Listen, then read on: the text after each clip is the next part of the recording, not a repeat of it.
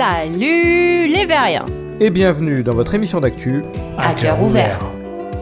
Il y a parfois des semaines de folie pour la VR et celle-ci n'en fait pas forcément partie. Mais on a tout de même dégoté 2-3 trucs bien intéressants et on vous réserve en seconde partie de la vidéo tout ce que l'on sait sur le lancement du PlayStation VR 2 et du Pico Neo 3 Link. Allez, c'est parti!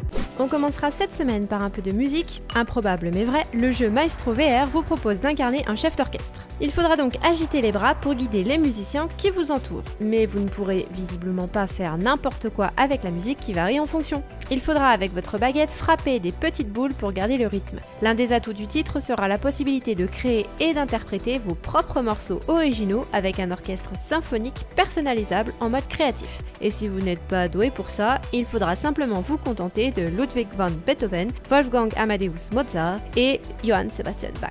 Le titre sortira sur Steam cet été en Early Access et une version Quest 2 suivra par la suite. Ce sera sur le Vive Focus 3 que la police américaine pourra désormais s'entraîner à taser et elle pourra le faire partout dans le monde. C'est en tout cas la proposition d'Axon qui utilisera la technologie des bracelets de poignet que propose la firme HTC. Les Vive Wrist Trackers permettent de suivre les mains sans aucune perte de tracking, même quand l'utilisateur tient son arme à deux mains. Outre l'avantage de pouvoir utiliser son arme réelle pour plus de réalisme, la VR permet en soi de générer de très nombreux scénarios afin de comprendre quels éléments peuvent mener à l'escalade de la violence et du coup prendre les bonnes décisions au bon moment avant que cela dégénère. Et cela dégénère très vite et surtout volontairement dans Drunk or Dead 2 qui vous proposera de rassembler munitions et alcool pour survivre à l'apocalypse. Ici, pas question de manquer de carburant, être sobre vous posera plus de problèmes qu'autre chose, puisqu'un mystérieux virus se répand dans le monde entier transformant les gens en zombies, et que des scientifiques ont découvert que le seul moyen d'éviter de devenir un zombie est d'avoir une quantité irresponsable d'alcool dans son organisme. Le titre permet à 4 joueurs de traverser l'apocalypse ensemble et de tuer des hordes de zombies carnivores tout en étant complètement bourrés. Une campagne solo sera aussi disponible lors de la sortie du titre en 2023 sur Quest et PC. Il aura par contre fallu attendre 2022 pour que les Magic Leap One soient enfin à un prix raisonnable. Elles passent donc de 2300 à 550$. Mais est-ce que ça vaut le coup de débourser ce prix quand un casque français, le Lynx, est beaucoup plus performant et disponible quasiment au même prix? On vous invite clairement à vous renseigner sur ce second qui fera donc beaucoup mieux en termes technologiques et qui vient de sécuriser 4 millions de dollars pour continuer à développer sa technologie et trouver des partenaires software, notamment pour le métaverse. Le casque fait à la fois l'AR et la VR et est compatible SteamVR, ce qui vous assurera beaucoup plus de contenu que ce qui est disponible sur Magic Leap. Bref, il n'y a pas photo. Il n'y a pas photo aussi quand on active le DLSS en VR et certains gros jeux passent d'injouable à passable avec un petit peu de flou. Et cette semaine, c'est au tour de 12 nouveaux jeux d'annoncer leur prise en charge de cette technologie. Parmi eux, on retrouvera 2 titres VR, la simulation F1 2022 qui sera nativement compatible VR au lancement et c'est une très bonne nouvelle vu qu'il risque d'être gourmand. Moins bonne nouvelle, c'est Hitman 3 qui s'y colle aussi. Pas qu'on soit mécontent qu'il soit encore moins lourd pour nos cartes, mais c'est surtout que son portage VR est plutôt décevant donc on s'en fout un peu quoi.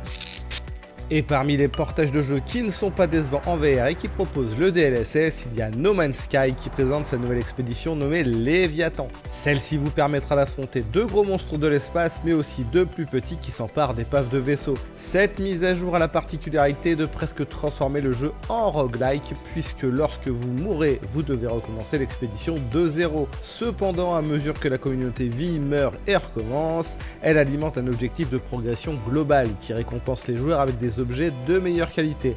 Et c'est grâce à ce progrès partagé que la communauté pourra espérer sortir de cette boucle. Allez, c'est le moment de... L'instant des contracts. On va parler un peu de photogrammétrie aujourd'hui puisque Steam vous propose un nouvel environnement sur une île de la côte espagnole.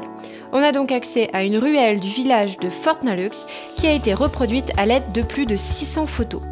Ce qu'il y a d'intéressant au-delà de la beauté évidente de ce nouveau décor pour le home, c'est que Steam vous laisse à disposition les défauts de construction. Comme on le dit souvent ici, la photogrammétrie c'est beau de loin, mais c'est souvent loin, voire même très loin d'être beau de près.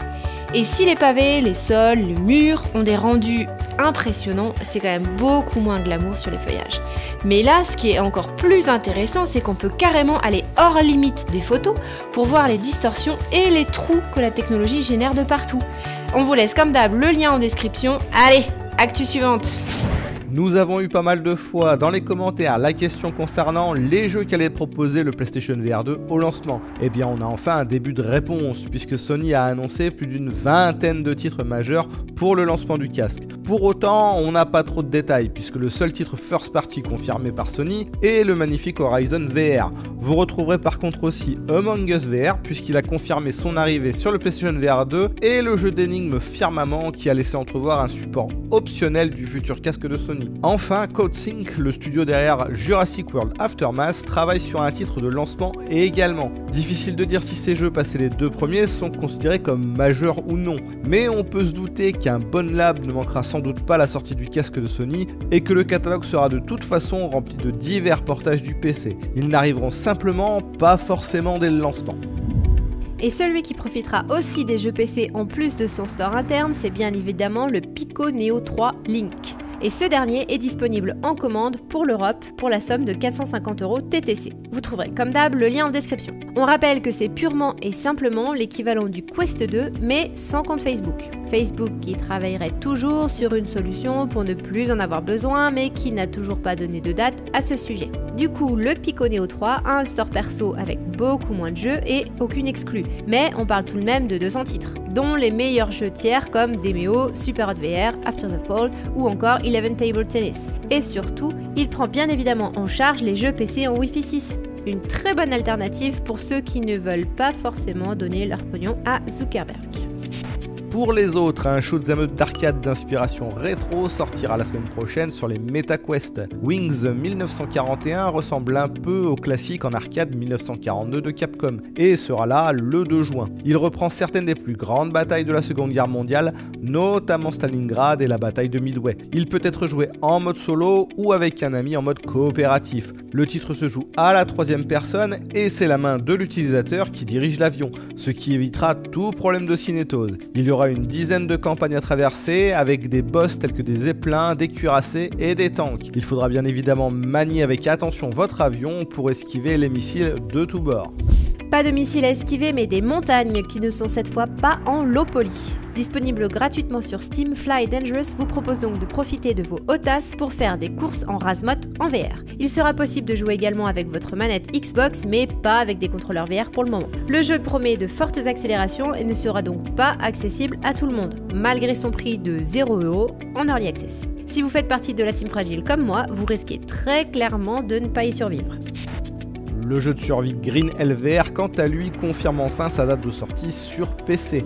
Une démo avait été présentée aux joueurs il y a quelques mois, mais celle-ci avait laissé entrevoir quelques problèmes de performance qu'il fallait clairement prendre le temps de corriger. La version Quest sortie en avril s'en est mieux sortie, mais c'est parce qu'elle est tronquée sur divers aspects, là où la version PC donne accès à l'intégralité du jeu original. Après 2 ans de travail permettant de donner à ce portage de vraies lettres de noblesse à la survie en VR, le rendez-vous est donc pris le 9 juin prochain. On n'a pas encore de date de sortie, mais le MMORPG Zenith tease une nouvelle mise à jour qui est sur le point d'arriver. Ce premier patch majeur apportera une dizaine d'heures de nouveaux contenus et 6 nouveaux donjons. Juste après le lancement réussi en janvier, Ramen VR avait promis au moins 3 nouvelles classes et de meilleurs donjons. La promesse semble donc être en voie d'être tenue. Un tweet du compte Zenith indique que les donjons sont remplis d'énigmes interactives, d'adversaires et, bien sûr, de beaucoup de loot. De quoi ravir les fans du jeu. Allez, il est l'heure de la question. Comme chaque semaine, on retient une question dans les commentaires pour l'émission suivante, et cette fois, c'est John Boo qui demande si les Sword Controllers de Pimax sont une alternative viable aux Valve Index Controllers. Et la réponse est non, clairement. Déjà, ce n'est pas des SwordSense, donc tu n'as pas les mouvements des doigts pour les jeux qui les prennent en charge. Et puis tu as un trackpad à la place du stick. Alors, autant certains trouvent ça beaucoup plus ergonomique, autant aujourd'hui trouver des Valve Controllers dont le trackpad n'a pas fini par être flingué à l'usure, ça commence à être rare. Les Valve Index Controllers au même prix ont eux été bien utilisés, ont eu des correctifs de qualité et sont clairement aujourd'hui une valeur sûre. Ce ne sera pas le cas des Sword Controllers. Et voilà, c'est fini pour cette semaine, même si elle n'était pas trop chargée, on espère que ça vous a plu quand même. Si c'est le cas, on n'oublie pas le pouce bleu et le commentaire pour le référencement, et on vous dit à la semaine prochaine. Ciao ciao.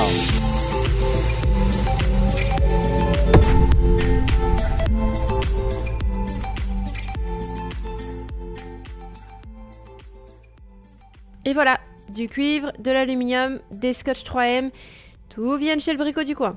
Bah, petit budget, hein.